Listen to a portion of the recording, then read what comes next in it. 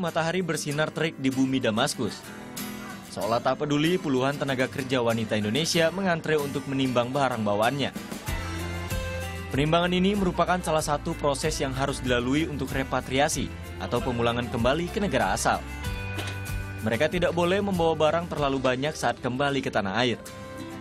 Kendalanya banyak, di antaranya salah satunya adalah kelebihan barang yang ada di airport, karena itu akan menambah biaya repatriasi, dan kadang juga TKW-nya tidak mau tahu seperti itu.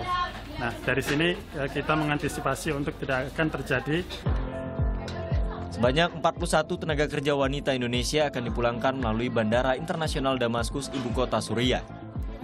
Sebagian besar TKI berasal dari Jawa Barat dan NTB, dan sebagian kecil dari Jawa Timur, Banten, dan Jawa Tengah. Para tenaga kerja Indonesia ini kebanyakan adalah korban human trafficking atau perdagangan orang. Mereka tertipu oleh agen dan kemudian masuk ke Suriah secara ilegal. Sumiati salah satunya. Tenaga kerja Indonesia asal Indramayu ini kabur dari rumah tempat ia bekerja. Ia merasa ditipu oleh agen penyalurnya. Awalnya ia dijanjikan akan bekerja di Abu Dhabi atau Qatar, tetapi Sumiati malah dikirim ke Suriah. Kerja di sini di majikan aku 10 bulan, lalu kabur. Karena takut pas, soalnya dulu itu kan tujuannya nggak ke sini, tujuan aku tuh Abu Dhabi antara Qatar. Ternyata pas larinya ke negara konflik. Casih binti Waan yang telah bekerja selama 5 tahun di Suriah juga termasuk TKI yang beruntung. Ia berhasil diselamatkan tentara Rusia dari kawasan konflik Deir ez-Zor. Letaknya yang jauh membuat militer menerbangkan Casih dengan menggunakan helikopter. Iya, naik pesawat helikopter dari jam 6 sampai jam 11. Terus naik lagi pesawat lagi jam 12 malam sampai jam 3. Dan terima tentara. Meski dilanda konflik, Kedutaan Besar Republik Indonesia yang berlokasi di Damaskus tetap beroperasi. Banyaknya warga negara Indonesia yang berada di Suriah menjadi salah satu alasan untuk bertahan.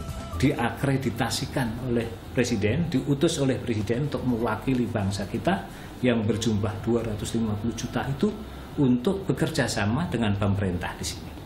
Itu persoalannya. Jadi kalau saya tidak bisa bekerja dengan pemerintah sini, barangkali saya dipulangkan atau dipersonanografakan atau diusir dari negara ini.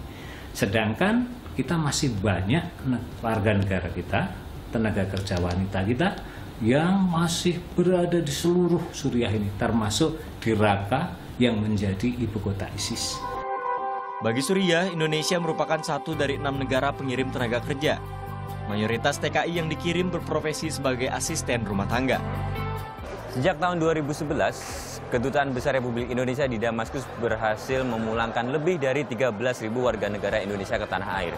Pada gelombang repatriasi yang ke-274 ini, ada sebanyak 41 tenaga kerja wanita Indonesia yang berada di Suriah berhasil dipulangkan ke Indonesia. Pasca moratorium pengiriman TKI ke Timur Tengah pada 2011 lalu, pemerintah Indonesia menganggap TKI yang dikirim ke Suriah adalah korban TPPO atau tindak pidana perdagangan orang. Jumlahnya pun masih cukup besar.